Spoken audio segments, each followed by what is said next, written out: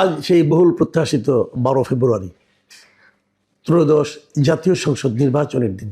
আমি খুব ভোরে এই রেকর্ডটা করছি, খুব ভোরে করছি এই কারণে আর কিছুক্ষণ পরে আমি আসলে বেরিয়ে যাব। আজকে সারাদিন নিজেও ভোটটা দেব এবং পাশাপাশি বিভিন্ন টেলিভিশনে এই নির্বাচন উপলক্ষে প্রায় সারাদিন বিশেষ অনুষ্ঠানের আয়োজন করা হয়েছে এবং একাধিক টেলিভিশনে আমি আজকে টক শোতে আমি বসবো এবং নির্বাচনী যে বিভিন্ন খবরাখবর থাকবে তাদের কাছে আসবে, সেগুলোর উপর ভিত্তি করে হয়তো কিছু কথাও বলবো। যারা নির্বাচনের খবরাখবর পাওয়ার জন্য বিভিন্ন টেলিভিশনে চোখ রাখবেন তারা হয়তো আমাকে দেখবেন, সেখানে আমার যা বলার হয়তো আমার কথা শুনতেও পারবেন। তো তার ফাঁকে আজকে সকালে এই কন্টেন্টটা আমি করছি কী কারণে, সে কারণটা একটু বলি। কারণটা আর কিছুই না, আমি সাধারণত রাতের দিকেই করি কন্টেন্ট, আজকে রাতেও করবো আশা করি, কিন্তু সকালের দিকে এই কন্টেন্টটা আমি করছি এই কারণে যে কাল রাতে ঘুমানোর আগে আমি সোশ্যাল মিডিয়ায় বিভিন্ন ধরনের নির্বাচন কেন্দ্রিক নির্বাচনকে নিয়ে বিভিন্ন জনের নানা ধরনের বর্ণনা, নানা ধরনের কন্টেন্ট, নানা ধরনের কেউ কেউ ভিডিও দিয়েছে, কেউ কেউ স্থির ছবি দিয়েছে, সেগুলো দেখে না আমি একটু আসলে বিভ্রান্ত, কিছুটা বিপর্যস্ত বলতে পারেন, আমি একটু হতাশ হয়েছি। আমি বেশ কয়েকটা কন্টেন্ট দেখলাম যেখানে বিভিন্ন এলাকার দৃশ্য দেখানো হয়েছে এবং এটা বলা হয়েছে এটা রাতের বেলায় সন্ধ্যার দিকে আর কি, সন্ধ্যার দিকে প্রকাশন এক নির্বাচন যেখানে হবে সেই কেন্দ্রে ঢুকে কেউ কেউ সিল মারছে এবং সেটা ভিডিও দেখলাম এবং এমনও দেখলাম যে তাকে চ্যালেঞ্জ করা হয়েছে, আপনি এখানে আসছেন কেন, আপনি সিল মারছেন কেন, উনি জবাব দিতে পারছেন না, এমনও দেখলাম। আবার একটা জায়গায় দেখলাম যে একটা পোস্টাল ব্যালট, সেই পোস্টাল ব্যালটে সিল মারা, বিএনপির যিনি প্রার্থী তার প্রার্থীর নামে এবং প্রতীকের পাশে যে গোল দাগটা থাকে সেখানে একটা টিক চিহ্ন দেওয়া। তো পোস্টাল ব্যালটে তো সিল মারার কোনো সুযোগ নেই, টিক চিহ্নই যথেষ্ট।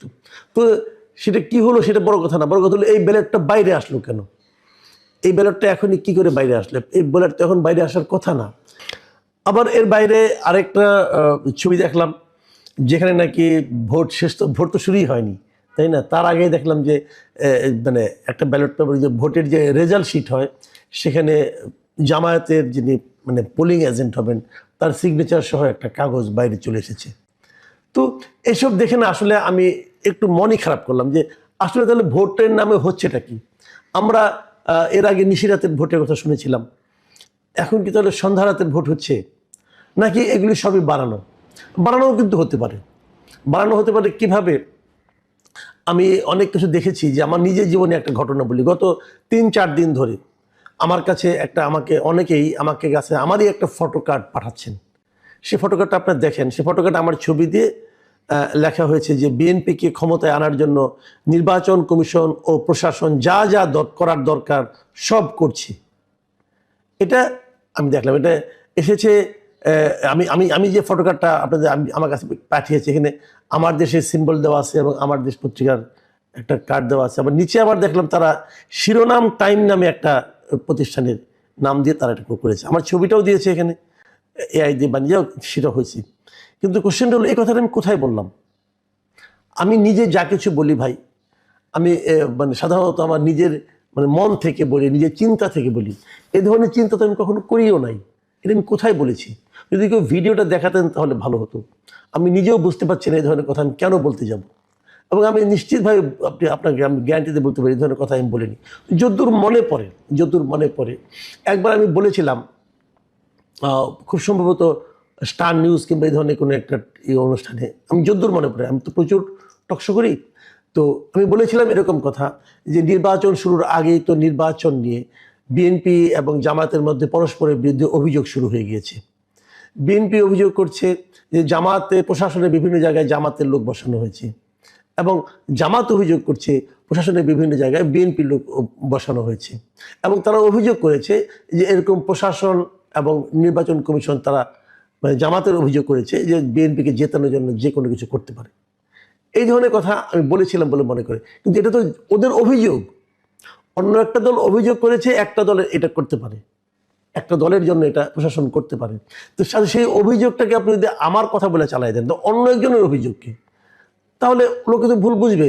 আমি কেন বলেছি, আমি তো নিজেই অবাক যে এই কথা তো বলার কোনো কারণই নাই, কারণ আমি এরকম চিন্তাও করি না।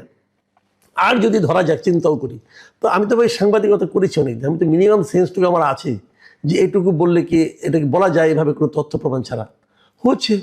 এখন আমার সন্দেহ, আমি যতগুলি বিভিন্ন সোশ্যাল মিডিয়ায় দেখছি, এগুলো কি আসলেই ঘটছে নাকি এআই দিয়ে বানানো? তো এটা নিয়েও কিন্তু একটা সন্দেহ আছে। আমরা আগেও বলেছিলাম যে এবারে নির্বাচনে কিন্তু এই ধরনের ফেক কন্টেন্ট দিয়ে সোশ্যাল মিডিয়া বেশ একটা বিব্রতকর পরিস্থিতি তৈরি করতে পারে। কিন্তু এগুলো আসলে আমারটা যেরকম হয়েছে, অন্যান্য যেগুলো দেখছি সকাল থেকে, সেগুলো যে সেরকমই, সেটা কিন্তু আমি দাবি করি না। মানে আমি তো এগুলো চেক করে আসিনি, কিন্তু আমি মনে করি সরকারের এগুলো চেক করা উচিত, নির্বাচন কমিশনের এগুলো চেক করা উচিত, ওদের আগের থেকে এগুলি চেক করা উচিত ছিল। আবার বিপরীত দিকে যদি ঘটনা ঘটেও থাকে, তো সেই ঘটনাগুলো কেন ঘটছে এটাও সরকারের চেক করা উচিত। আমি যে ভিডিওগুলো দেখলাম, একটা দেখলাম যে ঢাকা বিশ্ববিদ্যালয়ের, আরেকটা দেখলাম যে ঢাকা 5 আসনের, আমরা তো এগুলো দেখলাম, এবং আরেকটা দেখলাম পিরোজপুরের একটা আসনের, এবং এগুলি ফেসবুকে অ্যাভেলেবল পাওয়া যাচ্ছে। তো এগুলো কেন চলতে দেওয়া হচ্ছে, এই জায়গাটা আমার কাছে ক্লিয়ার। এগুলি কিন্তু নির্বাচনের, একটা সুষ্ঠু নির্বাচনের যে পরিস্থিতি, যে বাস্তবতা, তাকে কিন্তু বাধাগ্রস্ত করে, এবং নির্বাচনের মানুষের মধ্যে সন্দেহ তৈরি হবে। ডক্টর ইউনূস বলেছিলেন যে ইতিহাসে শ্রেষ্ঠ নির্বাচন দিবেন। এটাই কি শ্রেষ্ঠ নির্বাচনের নমুনা? এটা তো থামাতে হবে, না হলে আমরা তো পৃথিবীর মানুষের কাছে তো হাস্যকর জাতিতে পরিণত হব। এরই মধ্যে অনেক অঘটন কিন্তু ঘটে গেছে। নির্বাচনের প্রচারণা বলা হচ্ছে যে 48 ঘন্টা আগে থেকে বন্ধ হবে, কিন্তু আমরা গত রাতেও দেখলাম এই যে পিনাকি ভট্টাচার্য নামে এক ভদ্রলোক, তিনি যা নাটক শুরু করেছেন, আমার মনে হয় তিনি প্রতি ঘন্টায় ঘন্টা না, প্রতি মিনিটে মিনিটে বিভিন্ন রকম পোস্ট দিচ্ছেন, এবং সমস্ত পোস্ট বিএনপির বিরুদ্ধে যার বিষোদগার, তারেক রহমানের বিরুদ্ধে বিষোদগার, এবং জামাতকে ভোট দিতে হবে, জামাতকে ভোট দেওয়ার জন্য তার প্ররোচনা। শেষে দেখলাম যে বাড়তে বাড়তে একটা পর্যায়ে যে উনি কান্না করছেন। একটা বয়স্ক লোক, মানে এটা কি পাগল না মাথা খারাপ, কিছু তো বুঝি না। সে আজাদি, ইনকিলাব, কি যেন বলে পাগলের মতো, জামাতের পক্ষে প্রচার করছে। জামাত কি এটা বোঝে না যে এই লোকটা প্রকারান্তরে জামাতের ক্ষতি করছে? জামাত তো তাদের পেয়ারও চেঞ্জ করা উচিত ছিল।